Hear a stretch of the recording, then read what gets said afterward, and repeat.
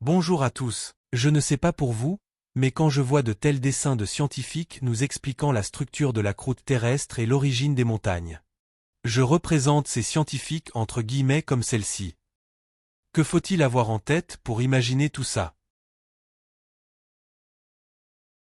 Aujourd'hui, je vais vous raconter la véritable origine de nombreuses montagnes.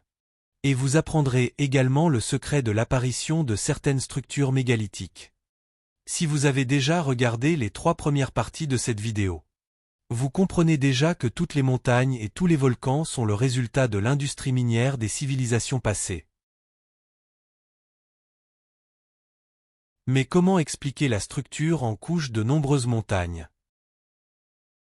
N'essayez pas de trouver la bonne réponse dans les explications scientifiques car elles sont fausses. En réalité, tout est beaucoup plus simple. Je ne vais pas vous charger le cerveau de termes scientifiques, mais si vous le souhaitez, voyez par vous-même ce que signifie la lixiviation in situ. En un mot, il s'agit de l'injection souterraine de diverses solutions chimiques à travers des puits forés. Puis, après quelques mois, cette solution chimique contenant les minéraux dissous est pompée et envoyée à une usine chimique pour y être traitée. Voici à quoi ressemblent ces puits en réalité. Et voici à quoi ressemble l'usine de traitement de la solution pompée. Et maintenant, je demande votre attention. En usine, l'élément requis sera extrait de cette solution pompée. Il peut s'agir d'or, d'uranium, de cuivre, d'aluminium ou d'un autre métal. Et après ce processus, il restera des milliers de tonnes de solutions de stériles contenant divers additifs chimiques. Que faire avec eux? Les scientifiques ont essayé de les réinjecter dans le sol, mais cela empoisonne définitivement l'eau potable de la région. Et les mineurs n'ont d'autre choix que de trouver un endroit à la surface de la Terre pour stocker les déchets miniers.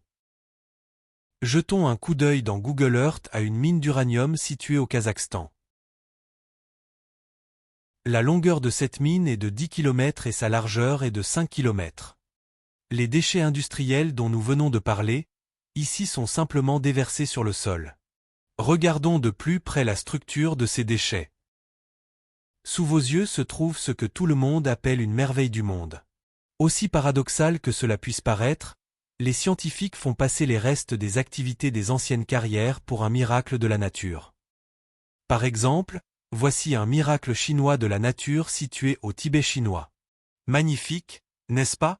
Mais ce ne sont que les vestiges d'une ancienne carrière d'une civilisation très développée qui a vécu avant nous. De telles terrasses peuvent être trouvées dans différents endroits du monde. Pas besoin de croire aux explications des scientifiques sur l'origine de telles terrasses car elles sont fausses.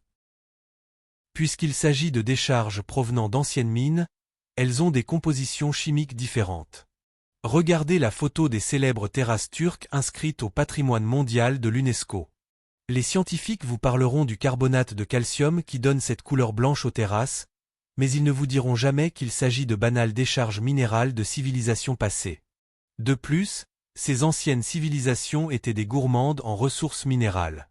Presque partout, vous pouvez trouver des traces de l'exploitation d'anciennes mines. Regardez ces jolies montagnes, ils sont sans doute les déchets pâteux des anciennes carrières. Et toutes ces montagnes ont une structure en couches.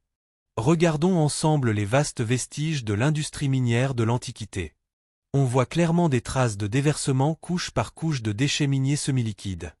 Apparemment, on a utilisé ici la technologie de lixiviation in situ, c'est-à-dire l'injection de solutions chimiques sous terre, dont je viens de vous parler.